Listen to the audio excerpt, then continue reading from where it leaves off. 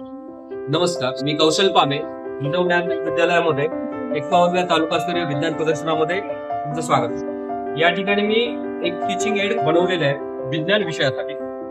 सगळ्यात पहिल्या पेजवरती विद्यार्थ्यांसाठी अत्यावश्यक असणारे सेन्स ऑर्गन्स आणि काही बॉडी पार्ट्सची माहिती या टीचिंग एडच्या माध्यमातून आपण देऊ शकतो. हे पहिलीच्या विद्यार्थ्यांसाठी काम आहे. यानंतर जशा प्रकारे विज्ञानाची लेवल वाढेल तशा पद्धतीनं ही कन्सेप्ट देखील वाढत जाईल.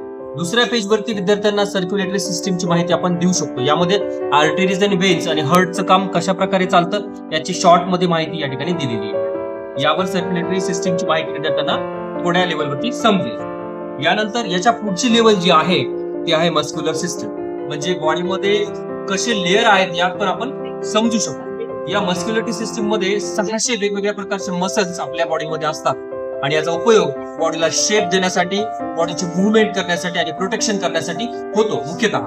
तर या प्रकारे आपल्याला मस्क्युलर सिस्टीम कशी ही समजू शकतो. आणि यानंतर जर पुढे आपण गेलं तर बॉडीमध्ये इंटरनल ऑर्गन्सची पोझिशन काय आहे आणि ते कशा प्रकारे सिच्युएटेड आहेत आपल्याला ते कळेल.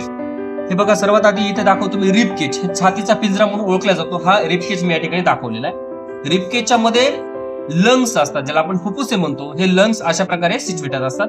तर हे लंग्स कशा प्रकारे आहेत आतमध्ये, तर त्याची सेल्स मी आतमध्ये दाखवलेली आहे अशा प्रकारे. आणि लंग्सच्या नंतर काय आहे तर या ठिकाणी मी डायजेस्टिव्ह सिस्टीम दाखवलेली आहे. Stomach, liver, pancreas, small intestine आणि लार्ज इंटेस्टाईन या ठिकाणी मी दाखवू शकतो. आणि यानंतर जर आपण आतमध्ये गेला तर तुम्हाला सगळ्यात आत दिसेल या ठिकाणी हार्ट आहे आणि हे आहे इंटरनल लास्टला स्केलेटल सिस्टीम. तर या ठिकाणी किडनी पासून तो वरती बघायला गेलं तर आपल्या ब्रेन पर्यंत नर्वस सिस्टीम आणि व्हर्टिब्रल कॉलम हे दोन्ही या ठिकाणी आपण पाहू शकतो.